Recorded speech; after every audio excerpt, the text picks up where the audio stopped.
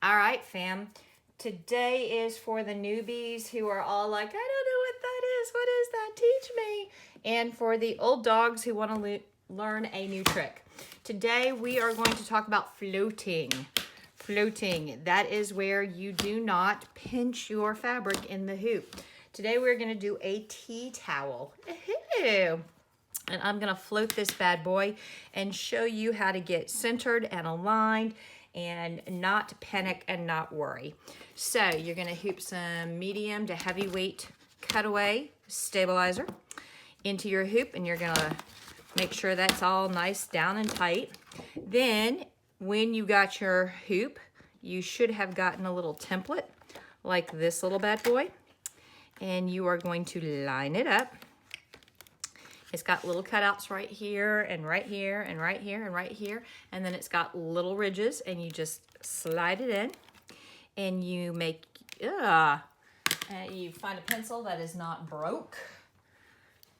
There we go.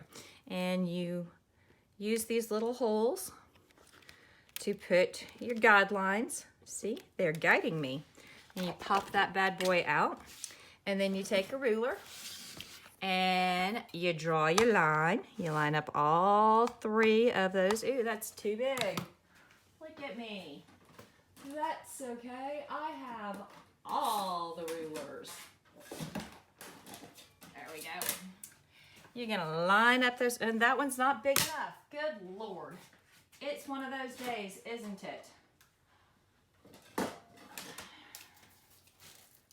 See, this is where you prep your stuff before you go online so that you don't look like a complete idiot. All right, so we're gonna line up our dots, dot, dot, dot, dot, and we're gonna draw a straight line. Woo! And that's a little darker than I want it, but we will make do. And then we draw a straight line, la-da-da-da-da. There we go. Yeah, the pencil that broke is a #1 lead. Oops. And I didn't want to go find pencil sharpener. All right, so we've got our cross light out. Now, the next thing is we are going to figure out where on our tea towel we want our lines.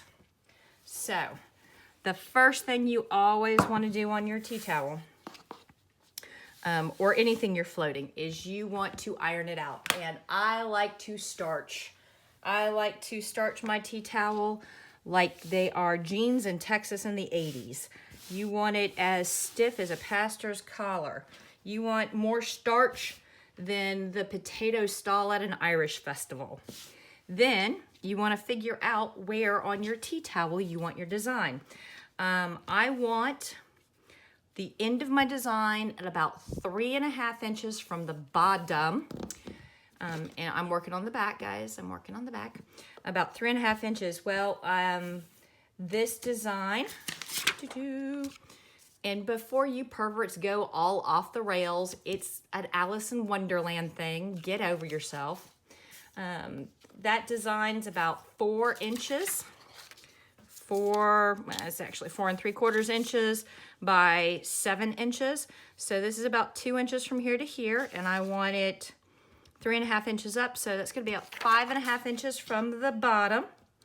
So I am going to take my little ruler, and I am gonna go about 5.5 inches, and I am gonna use Taylor's chalk so that it brushes off, and whatever who gets this towel will not see it. I also match my chalk, kinda, sorta, to my fabric so it really doesn't show up, and it's kinda hard to see, I know, but trust me, in person, you can see it. And then I am going to draw my cross line this way. And I'm gonna use my ruler to make sure that this line is perfectly perpendicular to this line, and whoop, de-doop, and there we go. And I know you can barely see that, but trust me, it's there. Now I'm gonna take my hoop to hoop, and I'm gonna use a little bit of basting spray not a whole bunch, and you don't want to necessarily do this around your machines or any place that it's going to overspray.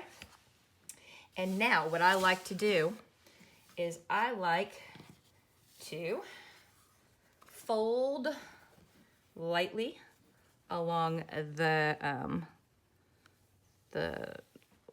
one line and center up the perpendicular line, just like so. All right, and then I'm gonna flip it this way. And I'm going to work from center out. Work from center out. And I'm gonna press it down, and I'm gonna press it down, and I'm gonna press it down, and I'm gonna press it down. And this is where the really paranoid people start running pins all the way around this. Except that this pattern comes with a basting box. So I don't have to worry about pinning it down, because the first thing it's gonna do is it's going to baste the entire design to keep this fabric from moving and shifting. What I do wanna do, however, is I wanna make sure that all of this stays nice and firmly and totally out of my way, so that as things are rocking and rolling on the machine, it doesn't get sucked up underneath the hoop. And I managed to stitch this thing to the back, because we've all done that before.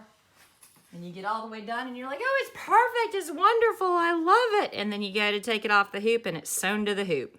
So I roll my tea towel and I pin that part out of the way. And now I'm gonna throw this bad boy on the machine, and I'm gonna show you what the basting box looks like.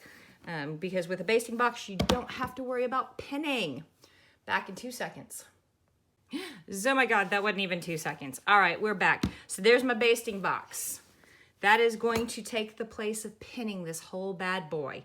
So now I'm gonna put it in the machine, and I'm going to run the pattern, and it's going to be about 13 minutes. So I will be back in 13 minutes, but for you, it will be instantaneous.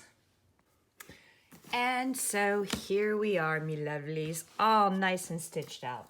So before you unhoop your little project object, I like to go through and remove all of my jump stitch. Oh, looky there. Because while it's still in the hoop, it's got lots of positive tension. So you're not accidentally going to either clip the fabric or something that is not a jump stitch like one of the satins. So I've done all the jump stitches. I'm gonna flip her over, and I'm gonna remove the basting stitch. And I like to remove the basting stitch from the rear, because it's really easy to just snip a little bit of the bobbin, grab a tail and pull. The only place you kind of have to fight with it is right here where the knot is. And you want to lift up that knot and make sure that you cut below the knot, between the stabilizer and the knot. And just a couple of more little snippy whippies. Boom. Come here, there you go. Say snip and pull, okay? Then come down here, snip and pull, and then snip and pull. And then this one should just pull, oops, pull right out. And sometimes you grab the top thread too.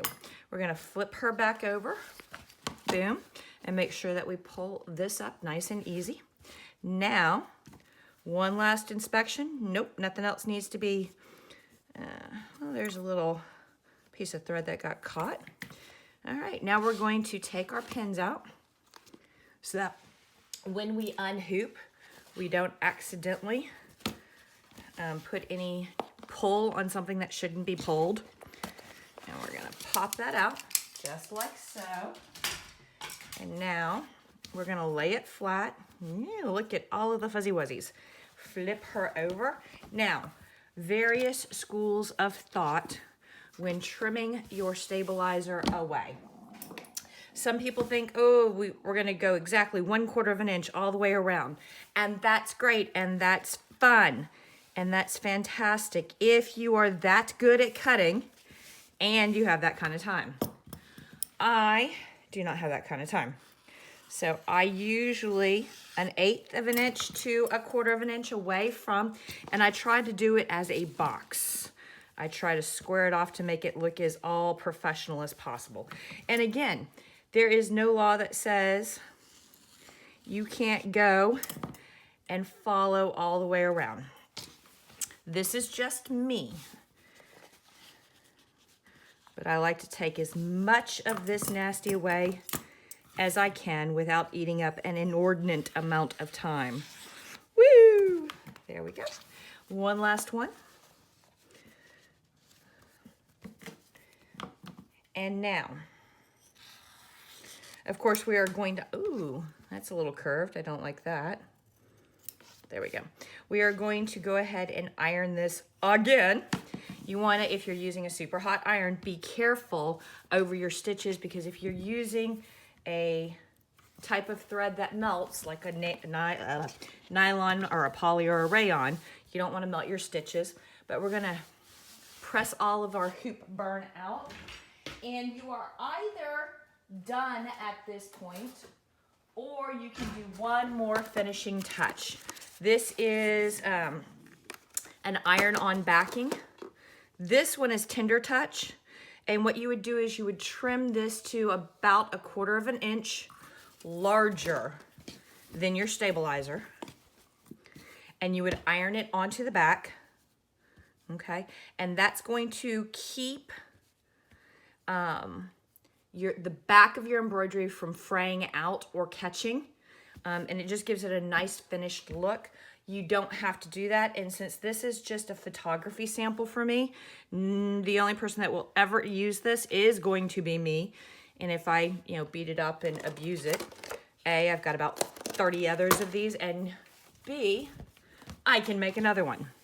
But really, truly, and genuinely, floating is an option, especially if you're doing something like a bag or a t-shirt where it's really hard to hoop it, and it's nothing to be afraid of. So I hope this helps you out if you're new, or if you have been doing this forever and a day and you are curious about the difference between hooping and floating, if this gave you a little information. Talk to you later. See you in the fan group.